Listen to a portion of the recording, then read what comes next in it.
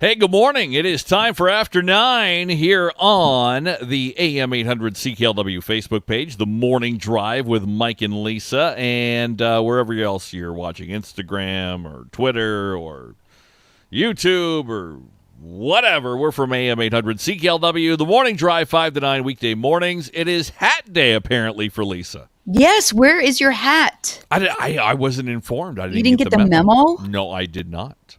No one told me. All right, well, wear one tomorrow and we'll make up for it then. Okay. All right, so as we reopen, so exciting. We got the announcement yesterday that coming up on Friday, we're going to get into this step one of the three-step process in reopening the province. And very exciting. I made my restaurant reservation right away. And, you start thinking about what kind of frame of mind we're in. And I don't know if you've had this awkward moment yet, but you're out, you see somebody and, maybe it's somebody you would normally hug. Maybe it was somebody you would normally, whose hand you'd normally shake. Mm-hmm. It's really hard to know what people are comfortable with now. Well, in the U.S., at some conferences, which hard to believe they're even having those now, they're using these colored wristbands as a way to let people know what you're comfortable with. So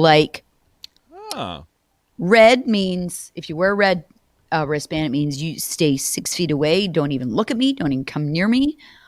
You've got the cooties and I don't want to even talk to you. Yellow means touching elbows is okay. It's just, hey, how's it going? Touching elbows. Yeah, that's weird. Okay with the fist bump. Well, elbows, a lot of people do that now. That's how which it looks bizarre. Oh, yeah. Don't do anything then. Green means you're okay with things like handshakes and high fives, even hugs. So green, yellow, red. I guess it's very obvious what those mean. But a company called Social Band started selling the wristbands last year. And they're becoming popular right now on social events like, conferences and even weddings. Wow, really? Okay, I got to get me a red one then. I was going to say, what color would you wear? Yeah, I'm going red. This whole, whole thing. I don't need to touch elbows or bump fists or shake hands or whatever. I did make that mistake a few times. Like, it was almost like a reflex at the beginning of the pandemic where I shook some people's hands or at least stuck it out and they're like, hey, no. Yep, me too. It's like hugging people. Oh, hi, how you doing? I think we'll all eventually get back to that. I think it's just it's too innate. It's who we are. We are a touchy-feely society. Yeah, that's true. Okay. Yeah, it feels like everything is rolling towards getting back to normal. Hopefully we're not shocked by some variant or something, that's going to happen to impede the progress we've made. It's funny. You say that, and I'm like, oh, gosh, that would be horrible. But I wouldn't be surprised, I know, because, who knows what's going to happen? Who knows what's going to happen? All we can do, to me, is listen to the medical officials, listen to our politicians, get the vaccine, get number 2, get number 1, whatever, and then hope for the best. Yeah. Shad wants to know what the story is with the hockey stick on your wall behind you. Whose signature is on it? You know what? I forget what year it is, but it's a autographed stick from numerous Detroit Red Wings. Nice. How'd you get that? I think that was a present from years ago. I got to think that's probably from, what year is it? 2021? It's got to be at least 10. It might be the 2008 Wings that won the Cup. And it was a gift? Signatures, on there. Oh, so nice. I did not collect them myself, which to me makes it cooler if you bring a stick and people are signing it for you. But it was It was given to me as a gift. So Craig has a stick signed by Wayne Gretzky that he got signed when he saw him. Wow, that's cool. Yeah, I think it's in hiding somewhere maybe at his office or something. Yeah. It's not on display. I guess it should be, really. I mean, what are you hiding it for? Well, that's true. Put it up somewhere. He needs a man's room. Does he have a man's room like I do down here? He has an office and an office building. That's enough. That's enough? He can bring all his stuff there? You can do whatever you want with your office space. Let me show you. You can see my Alan Trammell. That's an autographed jersey right there. That's nice. Yeah. Did you get it autographed by him? No, that was a gift too. We got some Tigers and Lions things there. If we go up, let's see. We got some other. You got a Detroit light in the Lions, ceiling. Yep. Football autograph, a Detroit Pistons autograph, basketball. I got my. I don't know if I can turn enough. My got World blinds. Series banner. Let me see if you can see. There you go. Oh, I have one of those. Yeah, I have two of them. The one from 2012 and 2006. So nice. It is. This is the one room I get to do stuff for. The rest are the nice rooms. Right. Yeah. Where you don't go, and you're not allowed. No. And you better fix the pillows. Fix the pillows with the dent. I know. I learned that from you. And then we got, let me see, Lulu behind us there sleeping. And that number 3 is an Alan Trammell book. Yes, coffee table reading. Mm-hmm. I don't think I ever read it. It just sits there. Shad says, geez, it's a sporgy. It is a sporgy. Absolutely, it's a sporgy. I have not heard that term before. Not sure I want to hear it again, but okay, yep. I get it. Now, speaking of words, maybe you don't want to hear again, there has been a word on our radio station this morning that was on at least twice, maybe 3 times, that I want banned. Okay, can I guess this? Now, give me hints, because you teed this up and I was trying to think, okay, was it something I said? Was it in the news? Where did we hear this word several times? It's on a commercial that's running. Okay, it's on a commercial. What type of commercial for what type of business? It is for I guess a food. Like a food item, not a restaurant? Mm-mm. Food item. Good things grow. Oh, you don't like the word asparagus? No, it's not asparagus. Today, cukes. Cukes. I hate the word cukes. Can we just say in the script for the Ontario greenhouse growers, say fresh Ontario cucumbers are in stores and farmers markets now. Yes. Not say fresh Ontario cukes. Yes. It drives me nuts. I completely agree. And it's a short form. And when I am asked to read commercials, if I saw that, I would extend it to cucumbers. I would too. Much like I have when the word Hamburg is in as opposed to hamburgers. Yes. I do not like Hamburg. And the other word that I take upon myself to extend is information. And get more info by going to blah, blah, blah. www. I'm like, no, I'm not saying info. And don't say www because we all know that's assumed at this point. Yes, and whenever I give my dad an email address, I will say go to Ontario Agriculture. Wait. Is that www? Yeah, yes, HTTP. Dad. Yes, Dad. Awesome.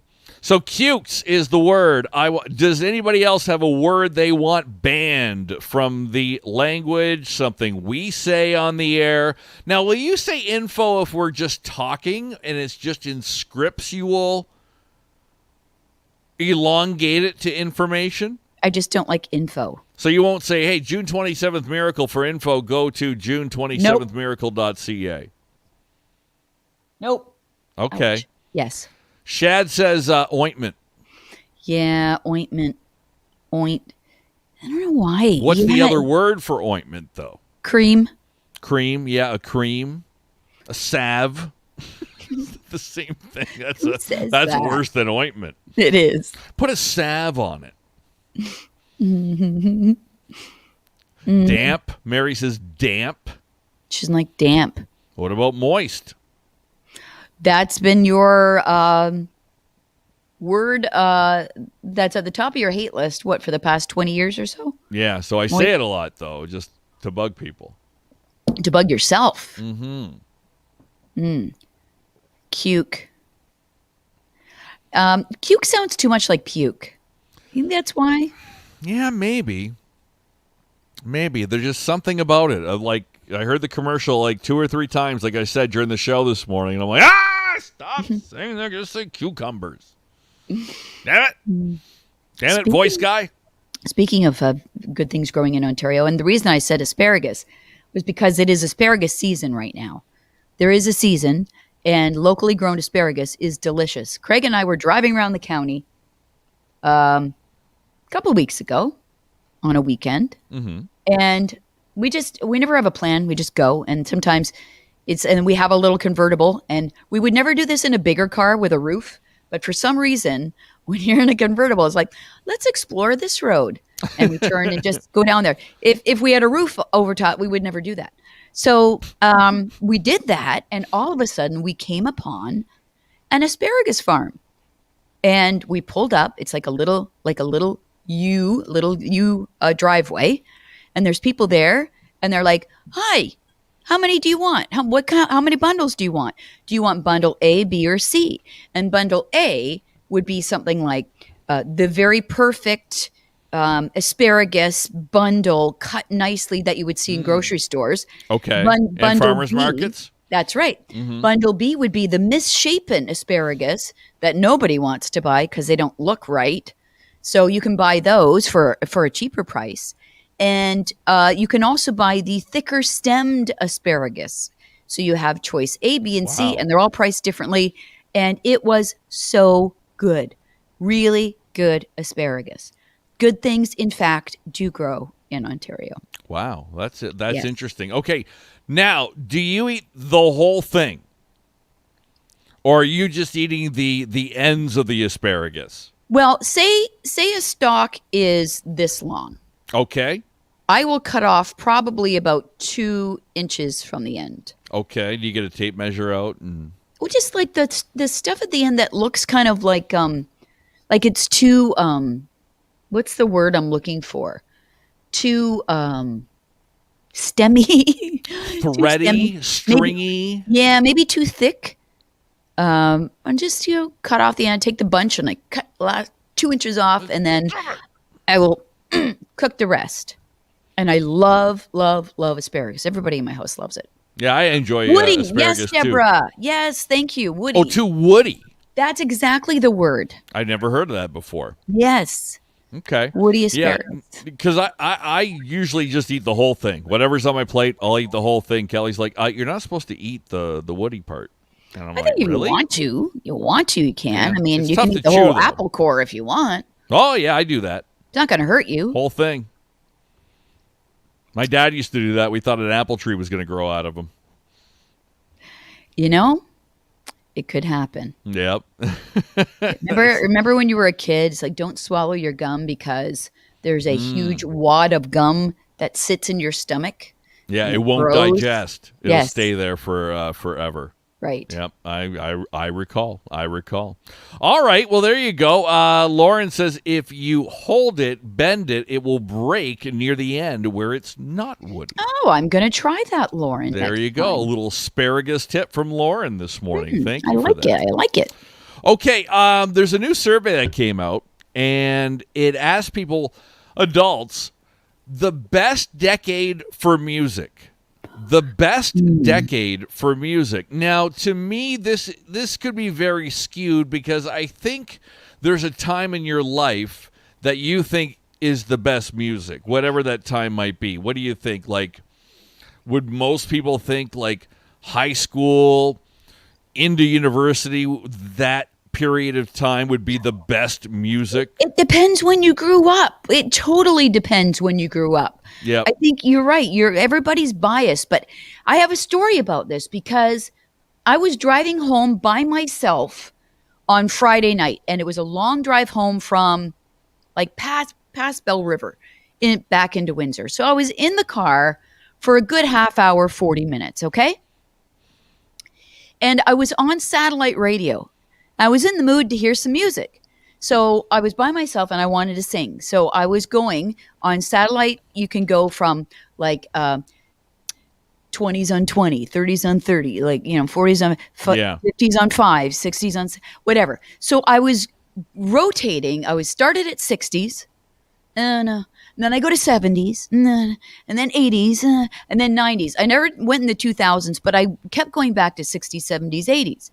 And by far, the best music that I heard in that 40 minutes was the 70s.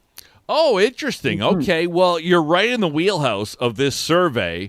And again, depends a lot on your age, right? So people who said the 1950s and earlier were at 6%. The 1960s, which I would think a lot of baby boomers, the Motown sound and all that stuff, 13%.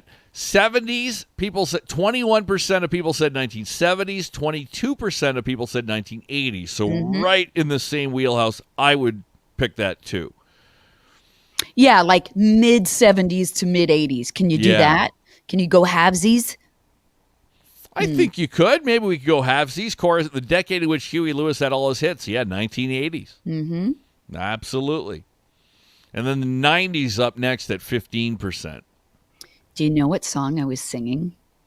Oh, when you were driving by yourself, listening to the 70s channel? 2 songs came up on the 70s channel, and I would never let anybody hear me sing this. Van Morrison, Brown Eyed Girl. No, but that's awesome. Yeah. One was David Cassidy, I Think I Love You. Oh. He was on my wall when I was a kid. David Cassidy. And I haven't heard that song Leif Garrett. In forever, like the Partridge Family, I think it was. And the other one was, Do You Believe in Magic? Who sings that? Do you believe in magic? And then there was some Fleetwood Mac. Oh, wow. It was great. I was having a party for one. I was having a party for one. I loved it. Party for one. That could be the name of your album. Party for one. Nobody will like this except me. Yeah. All right. Ed says Brown Eyed Girl was originally Brown Skin Girl. No, it really? wasn't. No way. Brett says Lovin' Spoonful. Was that the song? That sings magic? Probably. That sounds about right.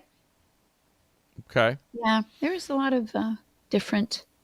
The Rascals. And again, I was back and forth. 70s, 60s, 80s. I went to the 50s once, and it was like, nope. That's not going to cut it. Party for One, the Lisa Williams story. Oh, my God. See it now. Yes. Be very, very lonely. Okay, how about these songs? Best road trip songs, they say.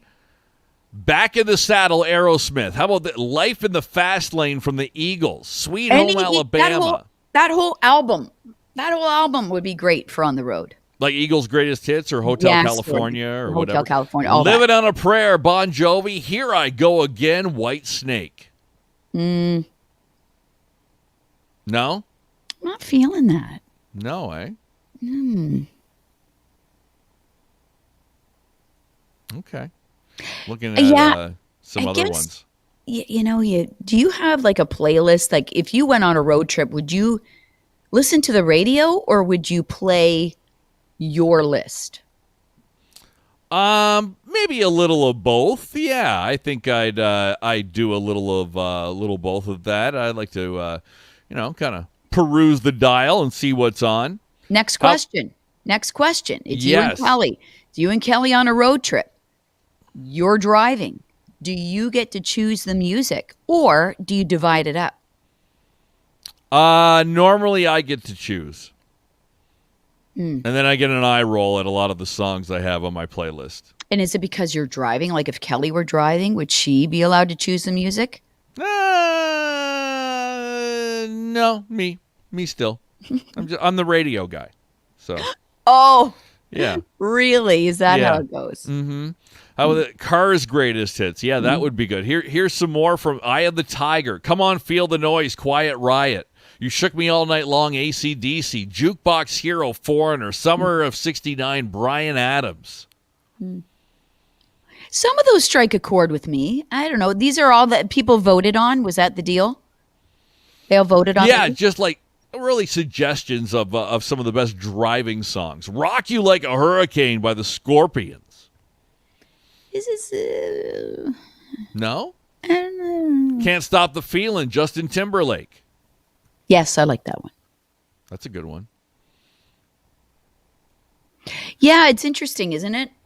And it's music when you're in the car on a road trip is different than music you would play in your home. Like when I'm making dinner or something and I'll, what station I'll listen to, or if I have friends over, what station I'll listen to. It's different when you're in the car.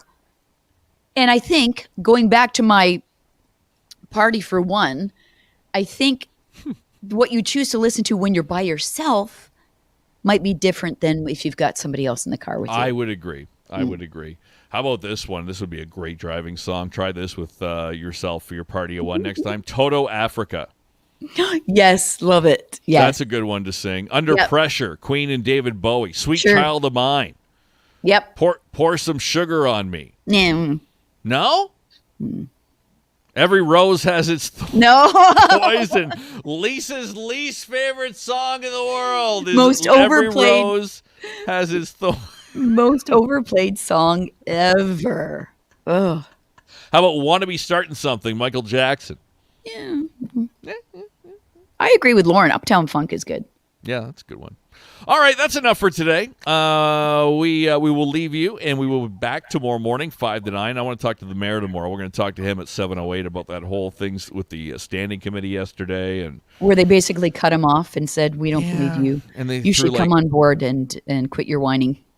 Threw a bunch of stuff at him to say, here's why you can't. We found more stuff in the big books of laws why you can't vaccinate people inside the tunnel or get people over there to get vaccinated, yada, yada, whatever he wants to do. There you go. Okay. How's the rain bucket going?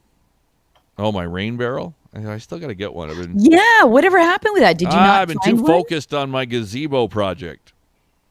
So you cut your downspout, didn't you?